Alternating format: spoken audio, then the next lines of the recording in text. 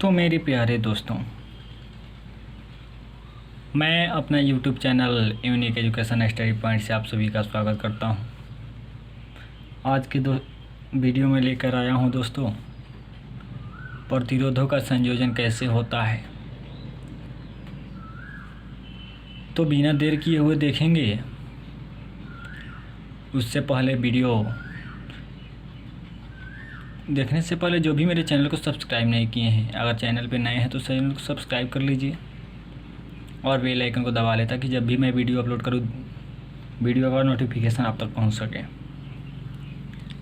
और जो भी स्टूडेंट इसके पहले वीडियो नहीं देखें, अगर मानिए कि पीछे से छूट गया है तो मेरे चैनल पर जाकर पहले के वीडियो देख सकते हैं। तो स्टार्ट करते हैं दोस्तों। प्रतिरोधों का संयोजन, कॉम्बिनेशन ऑफ रेसिस्टर्स, यानी प्रतिरोधक का संयोजन क्या होता है। तो देखेंगे सबसे पहले कि किसी विद्युत परिपथ में क्या होता है, प्रवाहित होने वाली जो विद्युत धारा होती है, तो विद्युत धारा के अनुसार क्या होता है, प्रतिरोधक का उपयोग किया जाता है। और परंतु कभी कभी क्या होता है कि हमें अधिक मान या कम मान की प्रतिरोधकता की जो है क्या होती है, आवश्यकता हो जाती है। तो कम प्रतिरोधकता की आवश्यकता हो जाती है और आवश्यक जो प्रतिरोध वाले प्रतिरोधकता प्राप्त करने के लिए क्या कहते हैं, हम उपलब्ध प्रतिरोध को क्या करते हैं, भिन्न भिन्न तरह से जोड़ते हैं। और भिन्न भिन्न तरह से जोड़ते हैं और प्रतिरोधक को क्या करते हैं, आपस में जोड़ने की जो प्रक्रिया होती है वही हम लोग का क्या कहलाता है, प्रतिरोधों का संयोजन कहलाता है। ओके, इसके बाद देखेंगे संयोजन का समतुल्य प्रतिरोध। तो देखिए संयोजन का समतुल्य प्रतिरोध देखेंगे, इक्विवेलेंट रेजिस्टेंस, यानी देखिए प्रतिरोधों के जो संयोजन होता है, प्रतिरोधों के संयोजन के स्थान पर एक ऐसा प्रतिरोध को माना जाए जिसके संयोजन के बीच क्या होता है, समांतर विभवांतर लगने पर क्या होता है, समान विद्युत धारा प्रवाहित हो। तो अब इसे हम क्या कहते हैं, प्रतिरोधों का संयोजन का जो समतुल्य प्रतिरोध कहते हैं। देखिए तथा इसके जो प्रतिरोध का क्या होता है, संयोजन का समतुल्य जो प्रतिरोध होता है या कुल प्रतिरोध कहते हैं। देखिए दोस्तों कि समतुल्य प्रतिरोध कहते हैं किसे, कि प्रतिरोधों के संयोजन के क्या करते हैं, स्थान पर एक ऐसा प्रतिरोध को माना जाता है जिसके संयोजन के बीच समांतर विभवांतर लगने पर क्या होता है, समान विद्युत धारा प्रवाहित होती है। तो अब इसे हम प्रतिरोधों का संयोजन का समतुल्य प्रतिरोध कहते हैं और इसे हम क्या कहते हैं, कुल प्रतिरोध भी कहते हैं, यानी टोटल रेजिस्टेंस। प्रतिरोधों को देखिए, प्रतिरोधकों को मुख्य रूप से दो भागों में बांटा गया है। कितने भागों में बांटा गया है, प्रतिरोधकों को मुख्य रूप से दो भागों में बांटा गया है। पहला श्रेणी क्रम संयोजन और दूसरा है समांतर क्रम संयोजन। ठीक है, तो देखेंगे हम श्रेणी क्रम संयोजन क्या होता है।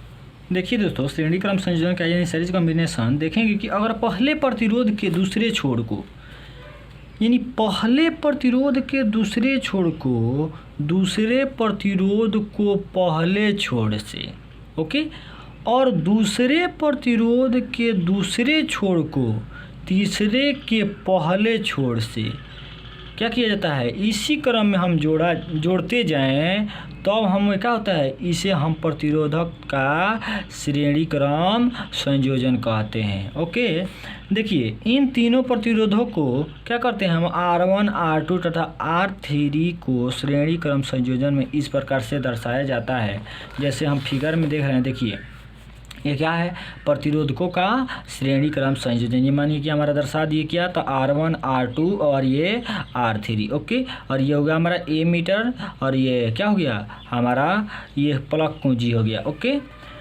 उसके बाद देखेंगे, देखिए नोट में हम देखेंगे कि श्रेणी क्रम संयोजन में क्या होता है, प्रत्येक प्रतिरोधकों से समान विद्युत धारा प्रवाहित होती है। क्या होती है, श्रेणी क्रम संयोजन में प्रत्येक प्रतिरोधकों से समान विद्युत धारा प्रवाहित होती है।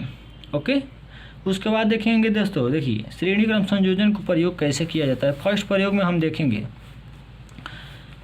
कि R1 बराबर क्या होता है, 1 ओम, R2 बराबर 2 ओम और R3 बराबर 3 ओम के तीन प्रतिरोधकों के क्या कहते हैं, एक बैटरी और एक A मीटर तथा एक प्लग कुंजी को क्या करते हैं, उपर्युक्त यानी इस चित्र के माध्यम से, यानी इस चित्र के अनुसार क्या करते हैं, हम जोड़ते हैं। तो जब जोड़ते हैं तो और क्या करते हैं, 6 वोल्ट बैटरी का क्या होता है, विभवांतर लिया जाता है तथा कुंजी को क्या कहता है, प्लग में लगाकर परिपथ को क्या कहता है, बंद यानी क्लोज या ऑन किया जाता है।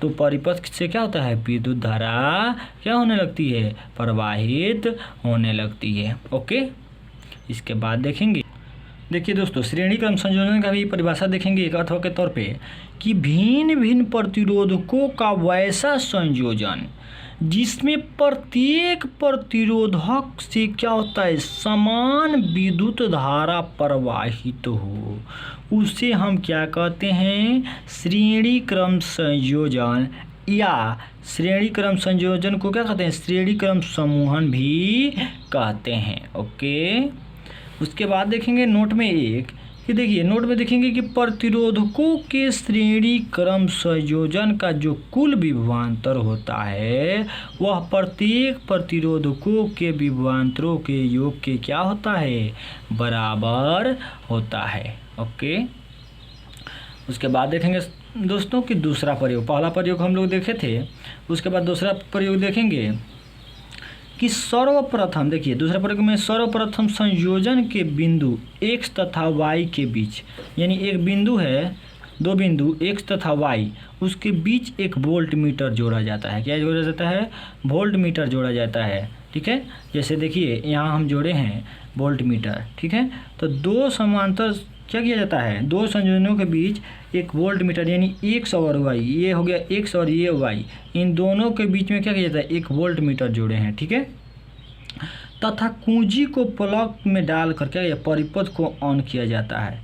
देखिए कुंजी को क्या किए हैं, प्लग में डाल दिए हैं और परिपथ को जब ऑन किया जाता है, तो जब ऑन किया जाता है तो जिसके कारण क्या होता है, परिपथ से जो विद्युत धारा होती है वह प्रवाहित होने लगती है, और जब प्रवाहित होने लगती है तो श्रेणी क्रम में जुड़े जो प्रतिरोधों के बीच का विभवांतर होता है वह भी के मान को देता है। ठीक है, और भी के मान को देता है, और इस विभवांतर का जो मान होता है बैटरी के विभवांतर के बराबर होता है। ठीक है, ये क्या हो गया, मानिए बैटरी हो गया तो बैटरी के विभवांतर, बैटरी के विभवांतर के मान के क्या होता है, बराबर होता है। अब क्या होता है, तो अब एक दूसरे के क्या करते हैं, वोल्ट मीटर को बारी बारी से प्रतिरोध को R1 R2 तथा R3 के बीच जोड़ते हैं। जैसे मानिए कि ये वोल्ट मीटर हो गया, R1 से जोड़े, फिर R2 से जोड़े, फिर R3 से, यानी बारी बारी से हम जब जोड़ते हैं तो हम देखते हैं, क्या देखते हैं कि जो R3 के बीच के जो जोड़ते हैं तो वोल्ट मीटर के छोरों के बीच क्या होता है, छोरों के बीच की जो विभवांतर होता है वह V1 V2 तथा V3 को ज्ञात करता है। क्या करता है, जब इसको हम जोड़ते हैं R1 और R2 और R3 को बारी बारी से जब जोड़ेंगे तो इससे क्या होगा, V1 और V2 और V3 को जब ज्ञात किया जाता है। तो देखिए इस प्रयोग से हम क्या देख रहे हैं, इस प्रयोग से हम देख रहे हैं कि हम पाते हैं कि क्या, कि V का मान क्या है, V1 या V2 या V3 के बराबर होता है। अर्थात हम कह सकते हैं कि V बराबर क्या हो जाएगा, V1 plus V2 plus V3। Okay, इसके बाद देखेंगे, देखिए दोस्तों, श्रेणी क्रम संयोजन का समतुल्य प्रतिरोध। तो श्रेणी क्रम संयोजन का समतुल्य प्रतिरोध है equivalent resistance of series combination, यानी हम देखिए चित्र देख ही रहे हैं कि R1 ये R2 और ये क्या हो गया R3, और ये V1 V2 V3 से जुड़ा गया है। ठीक है, और यह हो गया धारा I, क्या हो गया, धारा I हो गया, और दूसरा प्रतिरोध जो है वो R2 यानी R4 R5 R6 इस तरह हम जोड़ सकते हैं। ओके, तो देख रहे हैं, देखिए हम चित्र में देख रहे हैं, क्या देख रहे हैं कि चित्र में देख रहे हैं कि R1 R2 तथा R3 प्रतिरोध के 3 प्रतिरोधक श्रेणी क्रम में जोड़े गए हैं। ठीक है, और माना कि परिपथ से प्रवाहित धारा क्या है, का मान जो है I है, क्या है, ये I है। ठीक है, तो अतः श्रेणी क्रम में जो जुड़े प्रत्येक प्रतिरोध क्या होता है, R1 R2 तथा R3 से प्रवाहित धारा भी I ही होगा। क्यों होगा, I ही होगा। क्यों होगा, तो अतः ओम के नियम से हम देखेंगे, क्या देखेंगे दोस्तों, कि ओम के नियम से देख रहे हैं कि पहले प्रतिरोध R1 के बीच का विभवांतर V1 बराबर हो जाएगा I R1, क्या हो जाएगा, धारा I और R1। ठीक है। और दूसरे प्रतिरोध के R2 के बीच का जो विभवांतर हो जाएगा V2 बराबर IR2, ठीक है। और तीसरे प्रतिरोध के यानी R3 के बीच का जो विभवांतर होगा V3 बराबर IR3। तो देख रहे हैं कि श्रेणी क्रम में जुड़े जो प्रतिरोधकों के बीच का जो विभवांतर हो क्या हो जाता है, V बराबर V1 plus V2 plus V3, या ABC का मान हम अगर समीकरण एक उपर्युक्त यानी ऊपर के समीकरण में देखिए, उपर्युक्त समीकरण में हम देख रहे हैं कि ABC यानी तीनों का मान अगर हम क्या करें, V बराबर IR1 प्लस IR2 और I3 में जब हम रखे हैं तो हम रखते हैं तो क्या प्राप्त होता है, देखिए। और इस समीकरण में हम रख देते हैं तो V1 है, V2 है, V3 है, तो अगर रखते हैं तो V बराबर क्या हो जाएगा, IR1 plus IR2 plus IR3, okay. अगर श्रेणी क्रम संयोजन के प्रतिरोधकों का क्या होता है, समतुल्य प्रतिरोध RS हो, और समतुल्य श्रेणी क्रम संयोजन के प्रतिरोधकों का समतुल्य अगर प्रतिरोध RS हो तब समतुल्य परिपथ जो होता है वैसा ही होगा। अतः समतुल्य परिपथ क्या होता है, समतुल्य प्रतिरोध जो होता है, समतुल्य प्रतिरोध की परिभाषा से हम देखते हैं कि RS के बीच का जो कुल विभवांतर होता है वह V हो, तब इससे भी क्या होता है, प्रवाहित धारा का मान I होता है, ओके। तो प्रवाहित धारा का मान I होता है।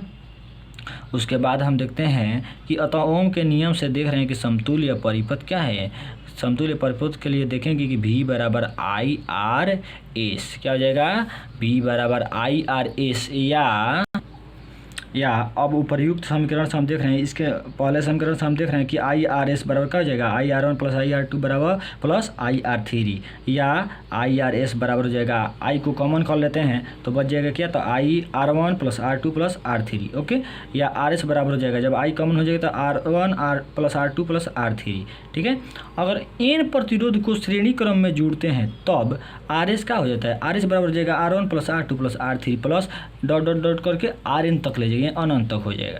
तो यह देखिए n समान प्रतिरोध क्या होता है, Rn में जोड़े गए हो तब क्या होता है, R1 बराबर R2 बराबर R3 बराबर क्या हो जाएगा, Rn बराबर R, या कह सकते हैं कि समतुल्य प्रतिरोध RS बराबर क्या हो जाएगा, R प्लस R बराबर डॉट डॉट n पद तक जाएगा। जब n पद तक जाएगा तो क्या हो जाएगा, NR, इसलिए RS बराबर क्या हो जाएगा, NR, ओके। तो दोस्तों अगर वीडियो अच्छा लगा है तो लाइक, सब्सक्राइब और शेयर जरूर कीजिएगा। धन्यवाद, थैंक्स। आज के लिए इतना ही, अब मिलेंगे हम अगले वीडियो के साथ, ओके, ठीक, थैंक्स।